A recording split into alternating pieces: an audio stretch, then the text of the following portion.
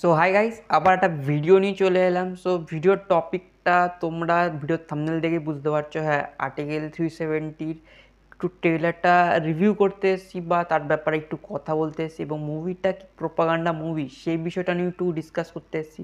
হ্যাঁ, ট্রেলারটা দেখে মনে হচ্ছে যে মুভিটা ওয়েল মেড হবে, এবং এর স্টোরি টেলিং এবং যেই প্যাটার্নটা ইউজ করা হচ্ছে সেটা উড়ির মতোই হবে। সো মুভিটা নিয়ে তো আমার কোনো ক্ষোভ বিক্ষোভ বা কিচ্ছু নেই, কেননা অ্যাজ এ মুভি লাভার আমি এরকম রিয়েল ইনসিডেন্টের ওপর মুভি আরও দেখতে চাই।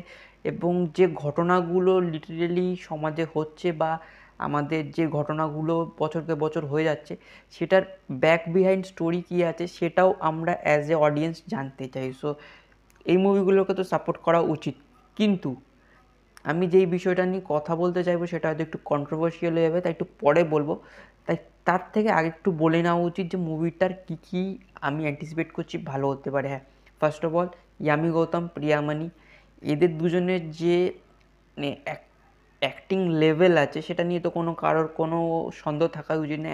ইয়ামি গৌতম খুব ভালো একজন অ্যাক্ট্রেস, এবং প্রিয়ামণি তো একটুখানি সাউথের দিক থেকে বলতে পারেন ভেটারেন অ্যাক্ট্রেস, যে নিজেকে প্রুভ করে এসছে মুভি বাই মুভি। এবং আদিত্য ধর, যে ইয়ামি গৌতমের হাজব্যান্ড, সে এই মুভিটা ডিরেক্ট করেছে এবং প্রডিউস করেছে। সো মুভিটা ভালো হবেই, কেন এর আগের যে মুভিটা তিনি ডিরেক্ট করেছিলেন সেটা ছিল উড়ি।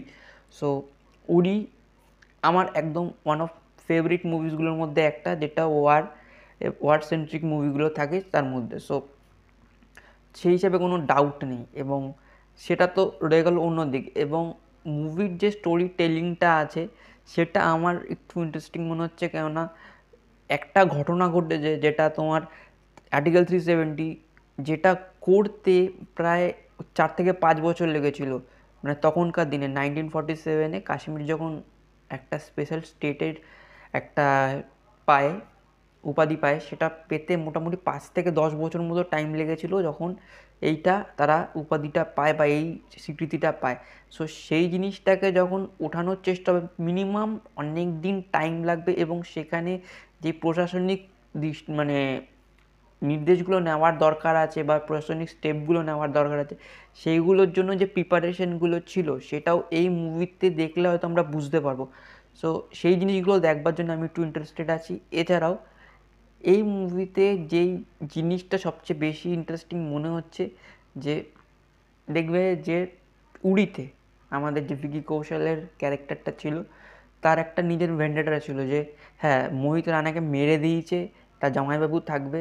সো তার একটা নিজের সেন্টিমেন্ট জড়িয়ে ছিল যে তাদের প্রতি প্রতিশোধ নিতে হবে। এখানেও একটা জিনিস দেখানো হচ্ছে যে ইয়ামি গৌতমের নিজের একটা ভেন্ডেটা আছে, যে কী কারণে সে এই জিনিসটা করতে চাইছে বা আর্টিকেল 370টা তোলার জন্য একদম সর্বোপরি চেষ্টা করছে। সো সেই জিনিসটাও একটু দেখার জন্য আমি ইন্টারেস্টেড আছি। সো এই ছিল এই মুভিটার ট্রেলার রিলেটেড আমার রিভিউ। মুভিটা আই থিঙ্ক ভালো হবে, ওয়েল মেড হবে, এবং স্টোরি টেলিং এবং এক্সিকিউশনের দিক থেকেও ভালো হবে, উড়ির মতোই হবে।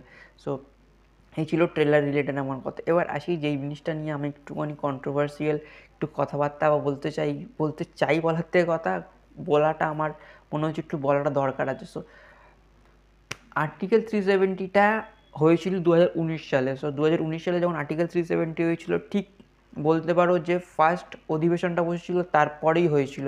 সো একটা 2019-এর ঘটনাটাকে যদি তুমি দেখানোর চেষ্টা করো, হ্যাঁ 2020-তে লকডাউন হয়েছিল করোনার জন্যে, সেটা মানছি। সো সেই টাইমটা হয়তো মুভিটা তৈরি করার জন্য সেই টাইমটা পায়নি, কিন্তু মুভিটা দেখে যেন মনে হচ্ছে যে একটা হিউজ বাজেট আছে, বা ইয়ামি গৌতম অনেক দিন ধরে মুভি করে চলেছে এবং তার পরপর লাইন আপ আছে, এরকমও ছিল না। মুভিটা কিন্তু 2020-তেও যদি না হতো, 21-এ শ্যুট করে 22-এ রিলিজ করতে পারতো বা 23-এ রিলিজ করতে পারতো। কিন্তু মুভিটা কখন রিলিজ করা হচ্ছে? ঠিক 2024-এ ভোটের আগে। এবং এইটা একমাত্র মুভি নয়, এরপরে দেখবে এর আগে অটল মেহু অটল বেরিয়েছে, এখন এটা বেরাচ্ছে আর্টিকেল 370। এরপর বীর সাভারকার বেরাবে, তারপর গোদরা বলে একটা মুভি আছে যেটার মধ্যে রণবীর শোরে আছে, যার ট্রেলারটা হয়তো তুমি সার্চ করলেই পেয়ে যাবে। সো পরপর লাইন আপ আছে মোটামুটি এই বছর ভোটের আগে অবধি, বিধানসভা ভোটের আগে অবধি।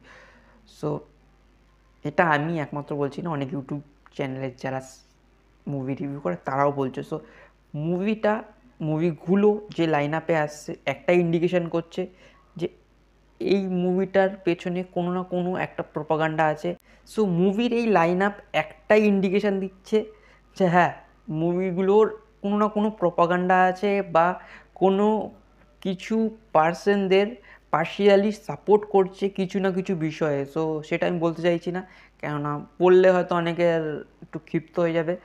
কিন্তু এইটা একমাত্র ইনসিডেন্ট না। 2019-এর যদি ঘটনা বলা হয়, 2019-এ পর ভোটের আগে তুই জানুয়ারি থেকে মার্চ অবধি বা জানুয়ারি থেকে জুলাই অবধি, আমি কথা বলছি, ভোটের আগে অবধি বা ভোটের পর অবধি যদি দেখো, 3টে পরপর মুভি বেরিয়েছিল, যেটা ছিল উড়ি, আমাদের অ্যাক্সিডেন্টাল প্রাইম মিনিস্টার, এবং আর একটা কোনো একটা মুভি বেরিয়েছিল। সো পরপর 3টে মুভি বেরিয়েছিল যেটা ভোটের আগেই রিলিজ করা হয়েছিল, এবং মুভিগুলো এমন টাইমে বেরিয়েছিল যে পাবলিকের মাইন্ডে হিট করেছিল যে হ্যাঁ, এই ঘটেছিল। এবং লাস্ট গিয়ে একটা রিডিমশন এসেছিলো, যেখানে গিয়ে মানুষ ভেবেছিল হ্যাঁ এরা ভালো, এরা খারাপ, এরাই। সো লিটারেলি একটা কি বলবো, বলতে পারো যে প্রপাগান্ডাই ছড়ানো হয়েছিল সেই টাইমটায়।